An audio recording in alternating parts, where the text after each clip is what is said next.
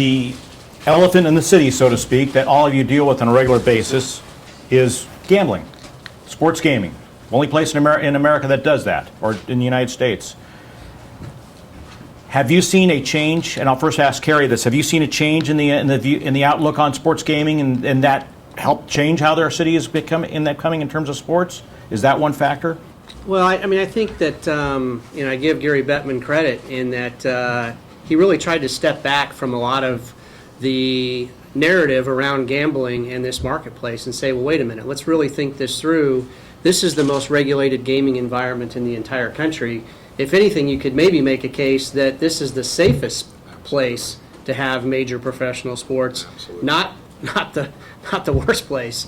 And so once he stepped back and was able to kind of really think it through, there were some other things that were happening, commentary by Adam Silver in terms of the NBA. There were other things that were happening in European soccer that they were able to look at and get more comfortable. But ultimately, the regulation really, I think, helps drive why it makes sense here, and it is going to be a safe environment. So the amount of time that's spent internally in our office in terms of looking at this issue is almost non-existent.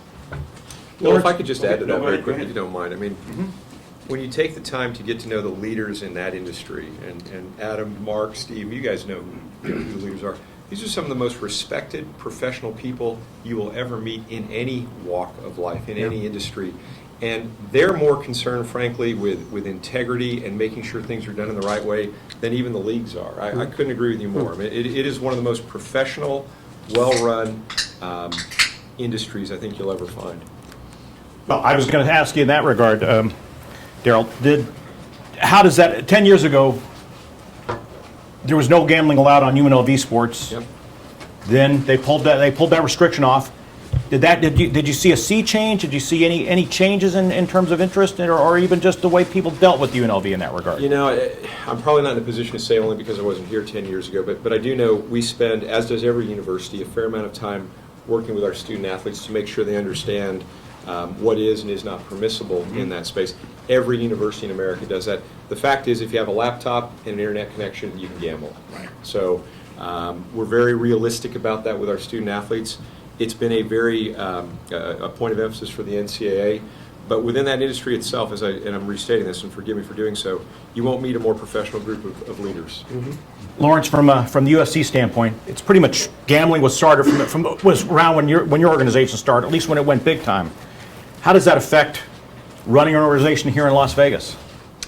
Well, first of all, you know, our main ownership when we started this thing, when we bought the company, were the Fertitta brothers, and they were obviously from the gaming industry, so they never really had any trepidation about, you know, how gaming could affect negatively the business. And exactly what you said, I mean, they understand firsthand how tightly regulated the business is. In an abundance of caution, you know, they decided not to allow action at Station Casino's property on UFC events during their ownership period.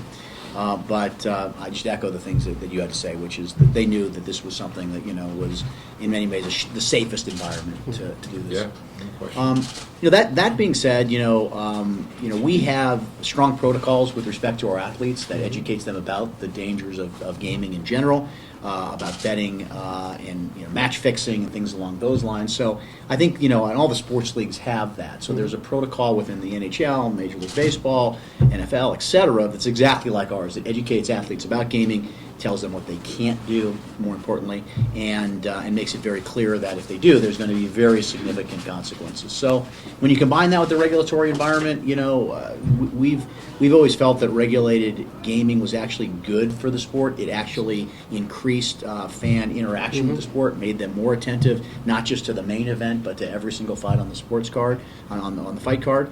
And once again, when regulated properly, when athletes are properly educated, this can actually and should enhance the consumer experience. Is it different at all for an individual sport like UFC as opposed to a team sport? Is there any difference in dealing with that, the gaming aspect? I think there are some differences in the sense that, you know, obviously we have a one-on-one sport, so there's I guess there's the opportunity there for match fixing. But that gets back to what I said, which is, you know, educating the athletes, making sure they understand, you know, what they cannot do, what they shouldn't be doing, and having, you know, strong codes of conduct that really, if something does happen, the penalties are going to be very severe. Sean, I have seen PBR up on the board. During the World Finals, we actually would welcome more regulated gambling against the sport. You know, one of the opportunities that we have, even though we're a judge sport, is that they have to make 8 seconds on the back of a bull, and the riding percentage is 30 to 40%. So it's pretty hard to fix a match when one of the competitors has absolutely no knowledge of what. They could make it look a little Yeah, I guess, but we would actually welcome more regulated gambling. We work directly with the odds makers when we're here for the World Finals, which is about the only time that action is available. Do you talk to the athletes at all? Does your organization discuss that? Yeah, we certainly discuss it with the athletes, but like I said, I think there's an inherent difference in that they have to make that 8 seconds, and it's just, you know, throwing a match, you're not guaranteed that somebody else is going to succeed for 8 seconds, so it's a very difficult sport to actually try and fix. Another thing And the bulls are drug tested, so. How much of an issue? I'll just go off on tangent. How much do you do test this? I remember during the rodeo, we read the story on the testing they do of the animals. So you do the same thing in that regard. We do random testing and on the bulls just to make sure that everybody's playing within the rules, and haven't had any major issues with anything. There's not much that you can actually do to a bull to make them.